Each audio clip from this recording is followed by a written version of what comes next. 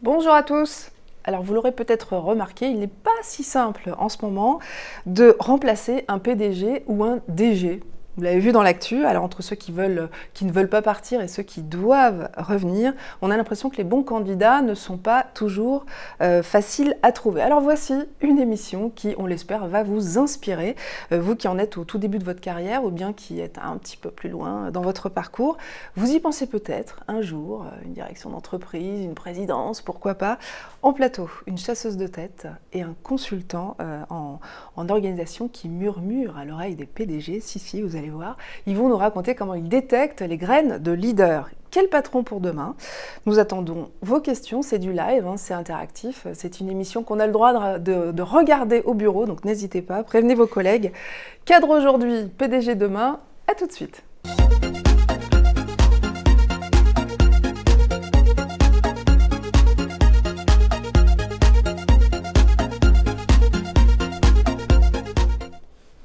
En plateau avec moi aujourd'hui, ils ont accepté d'être là ce matin, deux fins connaisseurs des dirigeants. Honneur aux dames. Lorraine Conduit-Luard, bonjour. Bonjour, c'est bien. Alors vous êtes, merci beaucoup d'être là. Vous dirigez l'entité française Eric Salmon & Partners. C'est un cabinet de recrutement international qui chasse notamment des mondes de codir, des PDG aussi. Vous allez nous en parler. Vous avez pris donc cette année la tête du bureau parisien. Le recrutement de cadres, ça vous connaît, en particulier la distribution, c'est ça, la distribution? Oui, le secteur consumer au sens large en général. Ouais, le luxe, etc. Ouais. Une rapide question, première question, quand même, pour nous rassurer ou pas. Dans vos relations professionnelles actuelles, est-ce que vous avez repéré une graine de PDG? Ah oui, et heureusement, enfin, c'est notre métier, donc c'est mon métier. Alors l'idée, c'est d'être une sorte de vigie permanente et d'essayer de détecter les talents. Ça peut être pour des raisons assez différentes. Celui-ci en particulier, celui ou celle à qui vous pensez, c'est quoi sa flamme intérieure, on va dire, sa différence? Une capacité à remettre en cause le monde qui l'entoure, mais d'une façon qui reste très pragmatique, alliée avec une intelligence des hommes et des situations assez exceptionnelle. Ok. Ouh, ça c'est un beau programme, on va le détailler dans la dernière partie de l'émission. Michel Fredo, bonjour. Bonjour. Vous murmurez, c'est vous qui murmurez à l'oreille des PDG, je vais expliquer pourquoi. En tant que directeur associé senior au Boston Consulting Group, le BCG, j'ai plus l'habitude de dire ça, on ne le présente plus, mais enfin il se classe parmi les grands cabinets mondiaux, les poids lourds, des cabinets de conseil en organisation et en stratégie. Vous allez nous parler d'une étude inédite vous êtes l'un des auteurs de cette étude, et il s'agit d'un rapport sur le rôle des CEO face à la transformation. Face à la transmission, pardon. Vous voyez, c'est un lapsus très révélateur, on va y revenir. Et vous avez fait une trentaine à peu près, une trentaine d'interviews de dirigeants des plus grandes entreprises françaises. Alors quand même question pour vous, Michel Fredo, est-ce que dans vos connaissances, dans vos relations professionnelles, vous avez une graine de PDG en tête, quelqu'un qui va en devenir? C'est comme Lorraine, c'est-à-dire qu'on rencontre beaucoup de gens de très très grande qualité, et heureusement, et dans les entreprises françaises en particulier, donc ça fait plaisir. Ensuite, qui le sera pas, je pense que ça dépend beaucoup du contexte, et donc on en discutera d'ailleurs dans le cadre de l'étude qu'on a fait. Je pense qu'on a réuni un certain nombre d'éléments intéressants par rapport à ça. C'est bien pour ça que vous nous intéressez particulièrement ce matin. Alors, les successions dans l'actualité. Je vais quand même prendre quelques exemples pour être concret. On va commencer par une devinette. Vous êtes prêts? J'espère que vous êtes prêts, vous aussi, chez vous, ou derrière votre écran, ou dans l'open space. N'hésitez surtout pas à nous envoyer vos questions. On les reçoit sur les plateaux, on les relaie à nos invités. N'hésitez pas. Alors, d'après vous, on va envoyer les images. Qu'est-ce que ces trois patrons ont en commun? Donc, vous voyez à l'image Patrick Drahi, Altis, Arnaud Lagardère, Europe 1, et Daniel Julien, de Téléperformance. Est-ce que vous savez? En une phrase. Michel. Bon, c'est des situations en effet où on a fait un choix et par rapport à l'évolution du marché, du contexte de l'entreprise, on se retrouve avec le propriétaire qui reprend les rênes. Et voilà, ils sont revenus, c'est ça. Ils sont revenus. Ouais. Début novembre pour Patrick Drahi, je donne quelques précisions, le fondateur d'Altis, qui est SFR, il avait disparu finalement des organigrammes et puis il a repris les rênes. Alors Lorraine, vous faites un peu la moue. 4 PDG à la tête de SFR quand même, en je sais plus, 3 ans. Ouais, non, mais il avait disparu des organigrammes, simple. ça restait la personne qui quand même incarnait. Bien sûr. Voilà. Il a été toujours présent. Arnaud Lagardère, c'était en avril. Alors lui, il a repris la présidence d'Europe 1 à Denis Oliven. Et évidemment, il reste gérant de son groupe. Et pour terminer, Daniel Julien, qui est peut-être un petit peu moins connu et moins médiatique que les autres, président fondateur de Téléperformance, leader mondial des centres d'appel. Alors lui, il avait pris du recul et puis il a repris la direction générale à Paulo César Sales Vasquez. Et c'était en octobre dernier. Comment on peut expliquer quand même, question à vous deux, comment on peut expliquer que dans de tels groupes, ce soit si compliqué de trouver un numéro 1 ? Enfin, je pense que la taille, la complexité des situations... Mais ils n'ont pas pensé à nommer un dauphin. Ils n'ont pas pensé à avoir un plan B, comme on dit. Alors souvent, c'est d'ailleurs une des choses qu'on remarque, c'est que c'est en train de se développer ce qu'on appelle les plans de succession, c'est-à-dire à la fois la détection de potentiel en interne, éventuellement une forme de scanning du marché, de ce qu'il pourrait y avoir comme dauphin potentiel à l'extérieur est en train de se développer. Souvent d'ailleurs à l'initiative des conseils d'administration qui préfèrent préparer la succession de l'exécutif de la boîte. Ouais. C'est pas encore systématique, ça se rôde, ça se perfectionne, mais il y a quand même de gros progrès qui sont faits. Ouais. Après, très souvent quand on regarde, mais c'est vrai que probablement les dirigeants les plus charismatiques, les plus emblématiques, peuvent avoir du mal à réfléchir à l'après et au moment où ils vont passer le relais. Ouais, c'est assez humain. Vous l'avez rencontré, Michel Frédon. Oui, mais je pense que c'est ce que... au-delà de ça, c'est pas simplement une question de processus, quoi. C'est pas simplement une question d'avoir un plan A, un plan B, un plan C. C'est aussi un pari, hein. Il faut accepter le fait que c'est un pari, donc ça marche pas forcément à tous les coups. Vous avez dirigé le bureau de Paris, du BCG. Oui. On vous demandait d'avoir un numéro 2, un dauphin potentiel. Alors, chez nous, c'est un peu différent parce que c'est un partnership, donc ça vient un petit peu des partenaires. Mais si la question c'était est-ce que j'avais été préparé à prendre la crise de 2001 quand j'ai pris le bureau, la réponse est non. Ouais. La réponse est non. Mais en tous les cas, et c'est pour ça que je vous dis, c'est que c'est une personne et c'est un contexte. Moi, j'aime bien l'histoire d'Edouard Schmitt. Je ne sais pas si vous connaissez. Pardon, excusez-moi. Si, Edouard Schmitt. Je suppose que vous ne savez pas qui c'est. Non. Eh bien, c'était le commandant du Titanic, qui avait été choisi parce qu'il avait une carrière remarquable dans la marine.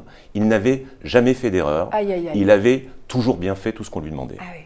Et bon, ça c'est pas... Et vous savez comment ça s'est terminé. Bah oui, donc c'est pour vous dire que c'est toujours un petit peu aléatoire. C'est vrai. Donc ça c'est des éléments humains très intéressants effectivement. On avance sur les autres exemples qu'on a pu trouver dans l'actualité. Oui, parce qu'il y a aussi des PDG qui pourraient partir, mais qui restent. On va en voir quelques-uns. Alors je vous propose Carlos Ghosn, que tout le monde connaît. Bon, ben voilà, il avait désigné un successeur, mais ça ne s'est pas très bien passé. Donc, on lui demande maintenant de trouver un numéro 2. Dans un autre genre, je ne sais pas si vous l'avez reconnu, il s'agit de Sophie Bellon, à côté de son père, Pierre Bellon.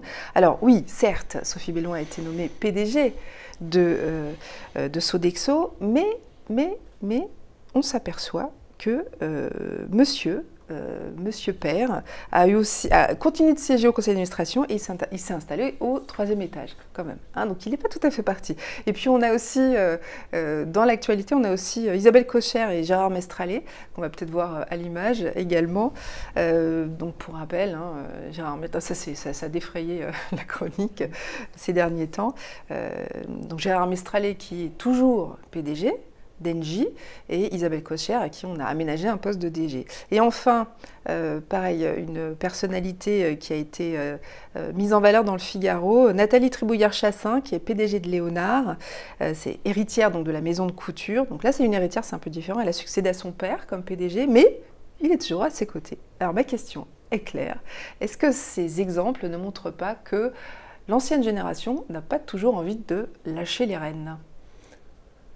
Michel Frédon. Alors, si vous voulez, ça me rappelle une discussion que j'avais eue justement avec un PDG sur sa succession. Et il m'avait dit, il y a 3 phases dans la vie professionnelle. Il y a faire, il y a faire, et ensuite il y a laisser faire. Et ensuite il me regarde et il me dit, je ne te cache pas que la phase la plus dure, c'est laisser faire. Ah ouais. Et en fait, ma réaction par rapport à ça, c'est de dire que dans le monde d'aujourd'hui, où, si vous me permettez, l'avenir n'est plus ce qu'il était. Il est impossible de prédire les cycles et les ruptures qui sont en train de se passer. C'est une nouvelle éducation et développement des leaders qui demandent en fait de savoir laisser faire et de savoir développer leurs collaborateurs pour les faire grandir. Et tant qu'on n'a pas cette machine en place, c'est difficile en fait de passer la main. D'ailleurs, dans votre rapport, un des PDG dit il ne faut pas se faire remplacer par des clones. C'est Patrick Pouyanné qui dit ça. Patrick Pouyanné. Parce que c'était sur la question de la transmission, sur le fait que si on transmet à l'identique, on meurt. Puisque la transmission, c'est la pérennité de l'entreprise. La pérennité de l'entreprise, c'est sa capacité d'adaptation. Et donc, il faut avoir des gens qui soient capables de comprendre, d'avoir le discernement entre ce qu'on garde et ce qu'on change. Le discernement qui est aussi effectivement une valeur mise en exergue par De Castries, il me semble. Par De Castres et par Carlos Ghosn aussi. Ouais. On va y revenir tout à l'heure. Alors, Mohamed qui nous envoie une question. Quelles sont les astuces pour être un bon PDG? Alors, il faudrait 3 heures, mais on va la traiter, Mohamed. Nous la traitons dans 10 minutes à peu près, parce qu'on va aller sur les tips, les conseils pour devenir PDG. Je vous promets, je n'oublierai pas votre question. N'hésitez pas à envoyer les vôtres. Sur le thème, là, on est toujours dans l'actualité de la transmission. Alors, justement, je voudrais prendre 3 autres exemples de PDG qui, je dirais, viennent de prendre leur poste sans trop de soucis. Alors, voici les photos. Alexandre Bompard pour Carrefour, Emmanuel Faber pour Danone et Marc Schneider pour Nestlé. Je vois, Lorraine, que vous faites un petit peu la moue, non? Alors, Alexandre Bompard, je dis qu'il vient de prendre son poste sans qu'il y ait trop de soucis. 44 ans, il a remplacé Georges Plassat, 68 ans. Voilà, tout était prévu, ça s'est bien passé. Alors, d'abord parce que tout à l'heure, on regardait le cas de Patrice Dary et de son retour, entre guillemets, et de l'éviction de Michel Combes. Il a fallu quelques mois. Je suis certaine que dans quelques mois, Alexandre Bompard sera toujours là où il est. Il n'y a aucun doute là-dessus. Mais c'est des exemples qui n'ont pas exactement le même délai par rapport à l'histoire. Donc, c'est peut-être simplement la réflexion. C'est pour ça que vous... Oui, d'accord. Oui, non, c'était voilà, l'antériorité des histoires. Moi, j'ai envie de vous demander, finalement, pourquoi eux, alors peut-être pas ces hommes-là, mais pourquoi, en ce moment, on nomme donc Alexandre Bompard, qui rejoint la tête de Carrefour après être passé par Fnac et Darty. Donc c'était un homme de la distribution finalement, il n'a pas tellement changé de secteur. Emmanuel Faber qui remplace Franck Ribou. Pourquoi ce type de personne? Marc Schneider qui remplace Paul Boulk. Des hommes, alors un qui est plutôt jeune, 44 ans, les 2 autres 53, 52, dans la force de l'âge, nous allons dire, mais pourquoi ce type de personnalité? Est-ce que vous pouvez nous... Je pense déjà que c'est des personnalités, celles qui ont été sélectionnées ici, radicalement différentes. On aurait pu aussi rajouter, puisque 2017 a été une année assez riche en changement de tête à la tête du CAC 40. Il y a aussi Arthur Sadoun qui a succédé à Maurice Lévy. Chez Publicis. Chez Publicis, absolument. Alors pourquoi ce type de personnalité? C'est mettre dans le même sac des personnalités qui, à mon sens, sont très différentes. Donc je crois simplement pourquoi eux? Parce qu'ils ont ce petit truc en plus qui permet d'accéder à la fonction suprême. Bompard, il prend un risque quand même. Bien sûr, donc bien sûr. La prise de risque. Mais il en avait déjà pris un en prenant la Fnac, pardon. Mais la Fnac était un risque également. C'est vrai. La situation de la Fnac au moment où il en a pris la direction n'était pas celle d'aujourd'hui non plus. Donc on y vient. En fait, ces entreprises ont en commun d'être en difficulté, on peut le dire. Carrefour, qui se voit disrupté dans son business model, on va dire. Nestlé, qui n'est pas non plus dans une zone de confort, Michel Fredo, ou Danone, qui est aussi chahuté, comme on le sait. Donc ces hommes-là, ils se préparent depuis combien de temps, d'après vous, pour prendre ce type de poste? Ouais, je pense que de toute façon, on a déjà un choix aussi entre prendre dans l'interne ou prendre de l'externe. Ouais. Je pense que, et encore une fois, par rapport au contexte et par rapport à la capacité de l'entreprise de générer les leaders, il y a ce choix à faire. Je pense que le challenge numéro 1 dans ces situations en difficulté, c'est, bon, bien sûr, de savoir qu'est-ce qu'il faut faire. Mais en général, ce qu'il faut faire est assez simple d'un point de vue rationnel. Mais il va falloir donner l'impulsion, mobiliser les troupes, aligner les gens il va falloir donner du sens. Et donc c'est plutôt la capacité de ces PDG dans le contexte actuel à faire ça qui va pour moi être leur cap ouais. et le fait qu'ils vont réussir ou pas réussir. Alors, une question d'Abi qui nous dit quel avenir pour les futurs PDG? Donc, vaste programme. Je fais écho à une question justement que je voulais poser aussi sur une étude qui a sorti le BCG, je crois, il y a quelques années, qui disait, enfin non, pas cette année, qui montre que les sociétés ont un risque sur 3 de faire faillite dans les 5 prochaines années. Donc, globalement, c'est une étude que vous avez fait mondialement. Donc finalement, l'avenir des futurs PDG, de ces futurs PDG-là, est-ce que c'est pas de disrupter tout ce qu'on peut, de remettre effectivement en route des nouveaux business models, et puis après de s'arrêter ou d'aller ailleurs? C'est quoi l'avenir des PDG, ce type de PDG? Déjà, c'est de réussir la mission qui leur incombe à partir du moment où ils sont nommés. Elle n'est pas simple, la mission. Bien sûr, mais c'est pour ça que c'est un poste qui est particulièrement difficile. Mais je crois qu'aujourd'hui, encore une fois, la transformation, l'adaptation de l'entreprise, je pense que leur mission principale, c'est d'aider l'entreprise à développer la capacité à s'adapter en permanence. Parce que l'environnement changera et continuera à changer et les choses s'accélèrent. Cette étude, elle montre qu'il y a plus de faillites parce qu'il y a plus de sociétés qui ont du mal à s'adapter. Ouais. Donc c'est cette capacité d'adaptation aujourd'hui qui devient l'avantage concurrentiel. Lorraine, est-ce qu'on vous demande de rajeunir les propositions de candidats que vous faites? Est-ce que ça a un rapport? C'est-à-dire qu'on veut des gens qui soient beaucoup plus dans leur époque, qui comprennent les nouveaux business models? Oui, il y a eu un phénomène de rajeunissement effectivement de ce qui est demandé dans les profils. On a un président de la République très jeune, ça impacte. Vous croyez que ça impacte vraiment? Bien sûr, ouais. bien sûr. Oui, ça a un impact. On le sent. C'est-à-dire que ça a fait jeune sauter is beautiful maintenant. Ça a fait sauter certains verrous. Ouais. À quand une femme présidente de la République, on fera sauter d'autres verrous. Alors non, voilà. je plaisante, mais je pense, je pense qu'il peut y avoir un phénomène effectivement en se disant bon bah c'est possible, la valeur n'attend pas le nombre des années, et il est vrai que beaucoup des changements à l'œuvre aujourd'hui, notamment les changements numériques, les changements digitaux, appellent quand même des générations un peu plus récentes pour être beaucoup plus familières avec ces changements majeurs. Voilà. Moi, je suis très d'accord avec ce point-là. Je dirais que l'expérience a moins de valeur, l'expérimentation. Donc, ce n'est pas tellement des gens qui sont capables de rester debout, c'est des gens qui sont capables de tomber et de se remettre debout. Ouais. C'est ça, ce sont les qualités qu'il faut cultiver. Et donc, d'expérimenter des nouveaux business models, de ne pas avoir peur de changer le statu quo et de remettre en cause. Alors, ensuite, j'ai la faiblesse de penser que ce n'est pas forcément une question d'âge. Ouais.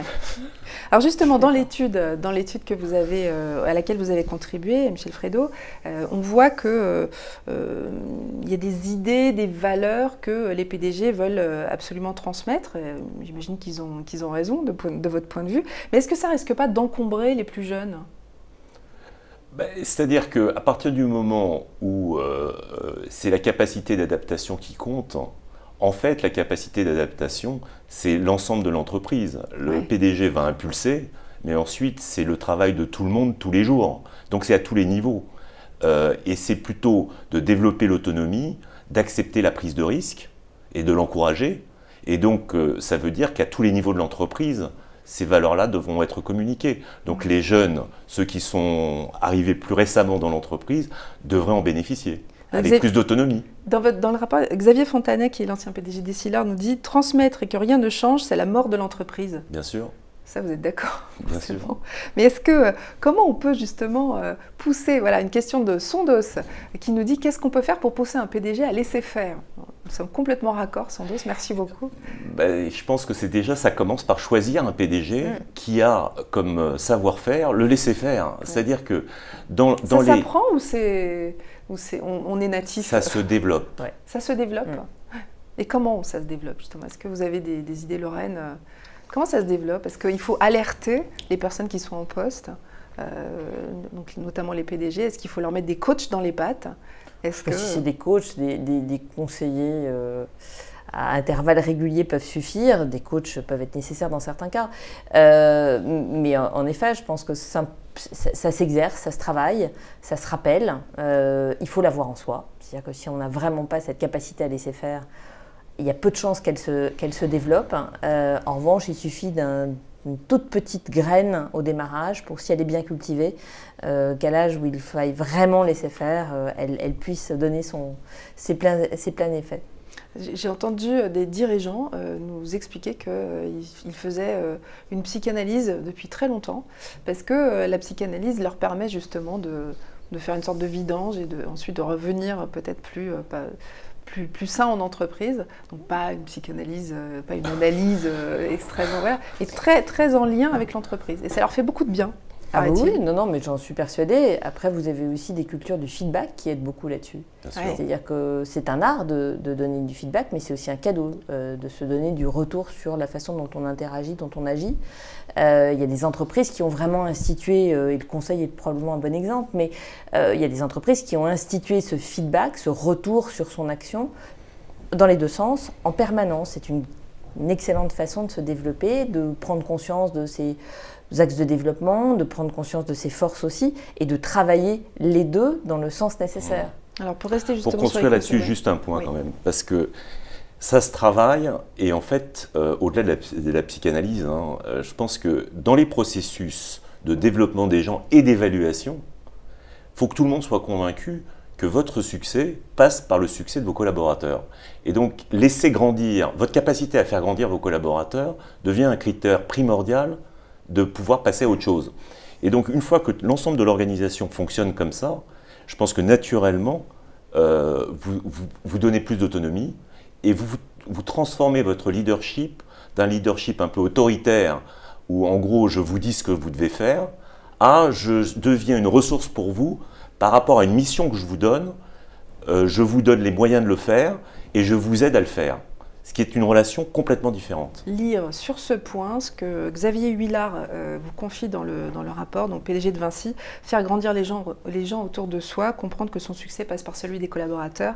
Lire dans ce rapport qui est disponible, je crois, il est disponible sur Internet, vous pouvez vous le télécharger. On finit sur quelques conseils justement aux futurs PDG, aux graines de patron, pour rebondir aussi sur ce que vous disiez tout à l'heure, Lorraine. Comment est-ce que vous détectez les talents? Comment est-ce que vous détectez les futurs PDG? Est-ce que vous avez chez Eric Salmon une grille d'évaluation, quelque chose chose d'un peu scientifique peut-être? On a commencé il y a quelques années à mettre au point une grille d'évaluation des compétences. Des compétences qui passaient par la vision stratégique, le leadership, le management des hommes. Et puis on s'est aperçu que c'était une façon de regarder le passé, peut-être le présent également, mais uniquement ces deux dimensions-là. Et ce qui était fondamentalement intéressant, justement, pour identifier les patrons de demain, c'était le futur. C'était d'évaluer leur potentiel. Donc on a beaucoup travaillé récemment sur une façon d'évaluer le potentiel sur différents axes qui vont passer, je vous donne quelques exemples, mais la capacité à apprendre. On est convaincu que le potentiel, c'est aussi avoir du potentiel, c'est aussi avoir cette envie et cette capacité à en permanence apprendre de nouvelles choses. Plutôt que de rester sur des acquis. Plutôt que de rester figé sur des acquis. La capacité à embarquer les gens, la capacité à embarquer sur une vision qu'on a définie, c'est formidable d'avoir la capacité à avoir une vision stratégique, mais si derrière on laisse à peu près toute l'entreprise, il y a peu de chances qu'un jour on soit grand patron. Donc cette capacité, encore une fois, à embarquer les gens, à engager les gens dans un projet qu'on a construit. On vous attend sur ça en fait. Vous, cabinet, on vous attend sur l'évaluation particulière de ces aptitudes. Puisque pour tout ce qu'on a dit en début d'émission et les exemples ou de succès ou de réussite, mais d'échec, pardon, on sent bien justement que la détection fine, qui n'est pas imparable, et ça reste un pari, je suis tout à fait d'accord avec ce que disait Michel tout à l'heure, mais la détection fine du potentiel est fondamentale. Alors, je vous propose une petite virgule. Vous allez voir l'extrait d'un film signé Tony Marshall qui s'appelle Numéro 1, qui est sorti il n'y a pas très longtemps, c'est un peu mon dada en ce moment. Justement, on va dire sur la finesse d'esprit. Regardez, on y revient. Emmanuel Blachet, Jean Baumel. Oui, je sais qui vous êtes. Moi, je ne savais pas qui vous étiez, jusqu'à ce qu'on me parle de cette interview dans les Échos. Ouais, on a 3 minutes. Je crois deviner que vous briguez la présidence d'Antea. Vous avez raison, c'est une entreprise magnifique. Vous êtes passé par la Nationale des Eaux, non? On ne s'est pas croisés. Bonsoir. Bonsoir. Non, en effet. J'ai regardé votre parcours, brillant il faut dire, et je reconnais aussi que vous avez entrepris quelques manœuvres intéressantes. Hein. Je progresse doucement, sans avoir vos talents. Exact. Mais il vous faudra plus qu'une poignée de soutien et un peu de presse si vous voulez gagner cette bataille, vous savez. Des compétences peut-être. Des compétences peut-être. Magnifique cette phrase. Est-ce que donc quand même juste pour resituer, c'est l'histoire d'une brillante ingénieure qui brigue la présidence d'un grand groupe du CAC 40. Ce serait la première fois que ça arriverait. Elle est chassée par un réseau de femmes pour accéder à cette présidence. Et ce réseau de femmes veut aider justement Emmanuelle Blachet, celle qu'on a vue à l'écran, pour y arriver. Elle va se retrouver confrontée à des comportements qu'elle n'imaginait même pas. Donc c'est une femme certes, mais on se le disait avec Tony Marshall, ça peut arriver aussi à des hommes. Est-ce que les compétences suffisent pour briguer une présidence ou une direction générale? Lorraine ou Michel qui veut se lancer dans le grand bain? Bon, je pense qu'il ne faut pas être naïf sur le fait qu'encore une fois, il y a des éléments politiques et d'être capable de gérer un écosystème. Et cette capacité-là est importante. Et elle est importante aussi parce que l'entreprise elle-même se retrouve à l'intérieur d'un écosystème. Le social est important, le régulateur est important, la relation avec les gouvernements sont importantes. Donc d'avoir quelqu'un qui sache naviguer dans les réseaux, c'est aussi une compétence, je dirais. Ouais. Alors ensuite, c'est comment on le fait. Ouais. Et la question que je me posais aussi, c'est finalement, je ne sais pas si des dirigeants vous en ont parlé, est-ce que l'intelligence, c'est pas aussi un handicap parfois? Un peu provoque ce que je dis, mais être trop intelligent, donc savoir... Je vais l'exprimer autrement. Allez. Il y a plusieurs formes d'intelligence, hein, c'est une monodimension. Donc il y a le quotient intellectuel, le QI, et il y a le QE.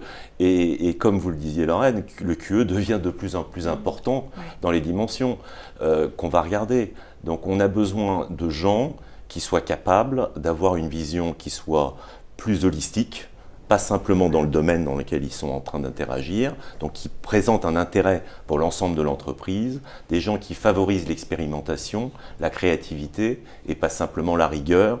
Et donc aujourd'hui, comme dirait notre président, c'est le « et » qui compte. C'est à la fois l'aspect maîtriser son domaine, avoir la rigueur, mais en même temps aussi la capacité, l'empathie, la capacité à communiquer et la capacité à prendre des risques. Voilà, ce qui prouve bien que n'avoir qu'une intelligence rationnelle ne suffit pas. Les compétences techniques ne suffisent pas, ça on le sait, mais on complète avec cela. On va passer à l'écran aussi des conseils plus larges pour devenir dirigeant, pour répondre à Mohamed, la question que vous avez posée tout à l'heure. Alors ces questions sont issues d'un livre d'entretien qui est paru en 2016, « Pourquoi eux, les secrets d'une ascension ?» que je vous recommande. Alors, qu'est-ce que vous en pensez? Voilà, on va afficher les petits conseils. Par exemple, est-ce qu'il faut afficher son ambition? Ça, c'est un conseil qui est donné par nombre de dirigeants. Lorraine? On parlait du potentiel tout à l'heure. Nous, on a inclus dans cette évaluation du potentiel une dimension qui correspond à l'ambition, en fait, à la volonté de progresser, parce que c'est plein de choses, l'ambition. C'est ça. L'ambition, ça a plutôt mauvaise réputation, on est bien d'accord. Hein. Parce que, alors, je pense que c'est très français. On associe souvent ambition et individualisme. L'ambition peut être collective. Et je pense que les plus grands patrons sont animés par une ambition collective. Ils ont une ambition individuelle, mais c'est sain d'avoir de l'ambition, de vouloir progresser. On revient aussi sur cette capacité et cette volonté d'apprendre en permanence. Donc, apprendre à exprimer son ambition, son envie. Avoir une ambition collective, surtout pour l'entreprise et pour les équipes qu'on emmène. On passe sur un deuxième conseil, rechercher des challenges opérationnels en début de carrière. Ça va intéresser nos jeunes internautes. En début de carrière, est-ce que vous êtes d'accord, Michel Frédéric? Alors, je pense faire, laisser faire. Donc il faut apprendre à faire. Avant de faire, oui. Avant de faire. Maintenant. C'est bien de le rappeler. Oui, non, mais maintenant, je pense que la clé, par rapport aussi à ce que vous disiez, Lorraine, c'est systématiquement chercher le développement. Je pense que le PDG, et d'ailleurs les autres collaborateurs aussi, doivent chercher à se développer et donc sortir de leur zone de confort. La clé, c'est ça, c'est en permanence dans sa carrière, être en face, et c'est aussi un challenge pour l'entreprise, un défi pour l'entreprise, d'offrir à ses meilleurs, à ses meilleurs potentiels des challenges qui leur permettent de sortir de leur zone de confort et qui leur permettent de se développer. Et ensuite, c'est multidimensionnel, donc ensuite, en fonction du contexte, on développe plus ou moins certaines dimensions. Donc oui, à tous les stades de la carrière, je dirais, c'est pas que les jeunes, il faut être dans une situation où on n'est pas dans sa zone de confort, pas totalement dans sa zone de confort. Lorraine, est-ce qu'il y a des voies royales? Parce qu'on dit rechercher des challenges opérationnels, donc est-ce qu'il faut plutôt commencer par une direction financière, une direction marketing, qui sont des questions que se posent aussi les jeunes, mais plus des voies royales, non? Non, je crois qu'elles ont un peu explosé, les voies royales. Elles ont évolué au cours du temps. Une historique qui peut exister des voies royales sur les 50 dernières années. Et alors depuis, on va dire que depuis 5 ans, il faut rester très humble et dire que toutes les voies peuvent être royales à partir du moment où on les gère bien. C'est aussi une des caractéristiques du monde qui nous entoure et du monde qui bouge. Mais est-ce que vous donneriez comme conseil de choisir un secteur d'activité, choisir dès le départ le secteur d'activité qui nous plaît, ou bien faire son plan de carrière et commencer par un secteur à disrupter, par exemple, et puis passer. Qu'est-ce que vous donneriez comme conseil? Personnellement, je dirais d'aller faire quelque chose qui vous plaît. Je suis convaincue. Dans le secteur directement, dans le secteur qui vous plaît. Quelque chose qui vous plaît. Ça peut être une fonction, ça peut être un secteur. Mais je pense que c'est très important de prendre confiance en début de parcours. Et pour prendre confiance, on n'est jamais aussi en situation que quand on fait quelque chose qu'on aime. Dans la distribution en particulier, je vais vous demander de vous mouiller un peu. Vous commenceriez dans quelle entreprise aujourd'hui? C'est quoi le challenge, le défi le plus intéressant? Alors, je ne dis pas que c'est simple, mais je pense que la distribution est face à l'enjeu du multicanal ou de la digitalisation. Donc je pense que les compétences qui pourront apporter à la distribution demain la connaissance du digital, de l'e-commerce, bref, de tout ce qui est en train de se passer et de passer du offline au online seront clés. D'accord. Vous iriez bosser chez Amazon? Moi? Oui. Je suis un peu vieille maintenant. J'ai pas fait le conseil est un bon vivier pour Amazon, mais c'est un peu vieux en ce qui me concerne. C'est un métier de passion, je sais que vous êtes très passionné par votre métier. Une question de Magali. Michel, pardon, priorité aux questions. Quelles sont les qualités pour remplacer un PDG emblématique comme le PDG de LVMH? Les qualités pour remplacer un PDG comme LVMH, vous avez des idées? Le luxe, c'est... On va laisser à Bernard Arnault le soin de répondre à cette question. Il a déjà commencé la manœuvre, je crois, mais bon. Est-ce qu'il y a quand même des qualités? Alors, le luxe, voilà, le secteur du luxe, parfumerie, cosmétique, mode également pour LVMH. Il a besoin de quel type de leader? Il y a toujours des dimensions qui sont liées au secteur, mais je pense que ces dimensions-là sont moins importantes que les autres dimensions dont on vient de parler. Sur les soft skills, en fait. Sur les soft skills. Ouais. Et ces soft skills-là sont nécessaires dans un monde qui bouge pour arriver à générer cette capacité d'adaptation, à véhiculer le sens auprès de ses collaborateurs. Et du coup, je pense que c'est de prendre la question pour LVMH comme pour tous les autres groupes, c'est que j'espère pour Bernard Arnault qu'il a le choix et qu'il a un certain nombre de gens repérés qui sont passés par des expériences intéressantes et qui ont prouvé leur valeur et que du coup, au moment où il décidera de passer la main, il aura le choix entre 2, 3, 4 personnes. Dans les chasses qui vous sont confiées à vous, Lorraine, et dans les dirigeants que vous avez rencontrés, vous, Michel, est-ce que vous sentez qu'ils sont un peu plus prêts à aller vers l'externe que l'interne? Ou ça dépend peut-être des secteurs, je ne sais pas. Je pense que ça dépend des secteurs et ça dépend des situations. Idéalement, dans les PDG que j'ai rencontrés, enfin, il y en a quand même un certain nombre qui m'ont dit je considérerais que c'est un échec personnel si je n'ai pas réussi sur les 10 dernières années à créer 2-3 options crédibles pour que le conseil d'administration puisse choisir la bonne personne. Maintenant, il y a des situations d'entreprise où amener quelqu'un de l'extérieur, c'est très bon et c'est ça qui est adapté. Mais quand vous recrutez quelqu'un de l'extérieur, par contre, il faut s'assurer que cette personne-là est compatible avec l'identité de l'entreprise. Ouais. Si on vient de l'extérieur. Si on vient de l'extérieur. En interne, je reste quelques secondes sur l'interne. Qui est-ce qu'il faut prévenir de son ambition, j'allais dire? Qu'est-ce qu'il faut, comment est-ce qu'il faut faire savoir qu'on veut rentrer dans les programmes de haut potentiel, qu'on est intéressé par une direction d'entreprise? Ça ne marche pas comme ça, Lorraine. Vous sauriez, parce que ça ne marche pas du tout comme ça. Ah, si, ça peut marcher comme ça, mais je pense que la meilleure des situations, c'est celle où on ne lève pas la main et où on vous dit...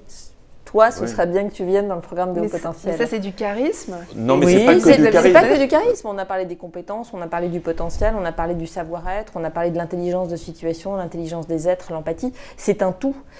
C'est variable d'un individu à l'autre. Hein. Les doses vont jamais être les mêmes. C'est ce qui est passionnant. Ouais. Donc vous conseillez d'être plutôt discret, de pas se non, c'est pas ce qu'on dit. Il ne s'agit pas de se mettre la tête dans le sable et surtout de voir si on va venir vous taper dans le dos.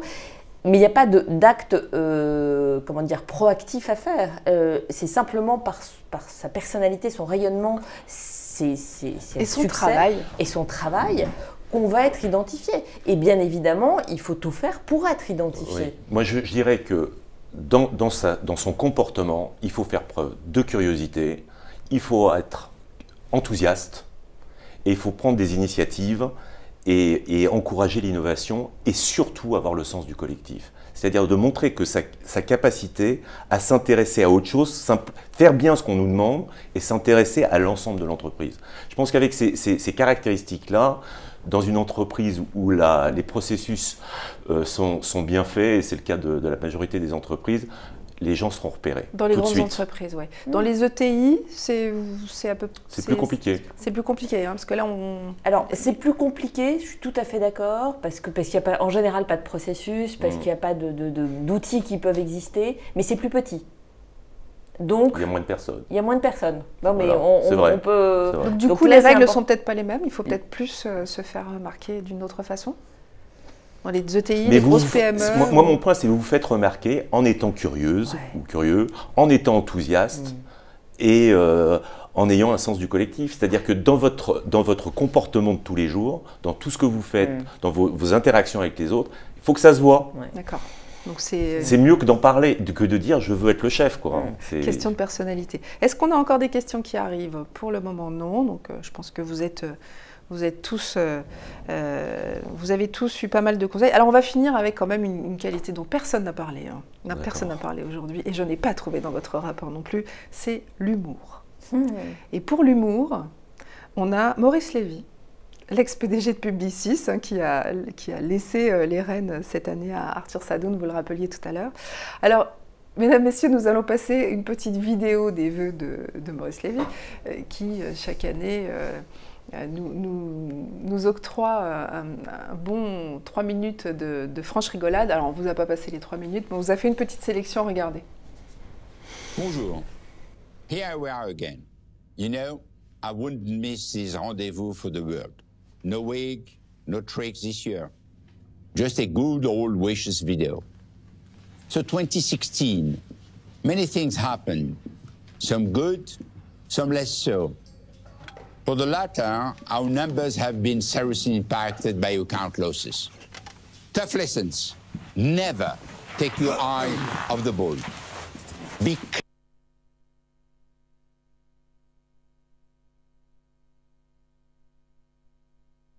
You know, the founder of Publicis, Marcel Bleustein-Blanchet, whom I admired enormously, once said, "The trick to realizing your dreams is to remain a child your whole life long." I have applied this to my Publicis dreams, and that is my wish for you this year. May 2017 bring you and your families happiness, health, and plenty of dreams. Plenty. Bonne année. Bonne année to everyone.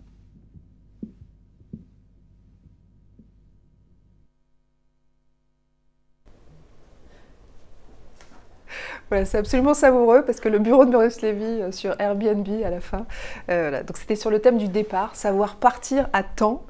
Je pense que ça pourrait faire l'objet de toute une émission. En tous les cas, je vous remercie infiniment d'être venu ce matin pour partager vos connaissances, vos savoir-faire avec nous. Merci à vous d'avoir posé toutes ces questions. Merci à l'équipe technique, Jim Touboulik, Bastien Lariaga, oui, Bastien, bien sûr, et Jean-Alexis Lemieux, notre community manager qui a relayé vos questions. Qu'est-ce que je voulais vous dire encore? Oui, Michel Frédot, vous serez ce week-end à la Cité de la Réussite, à la Sorbonne.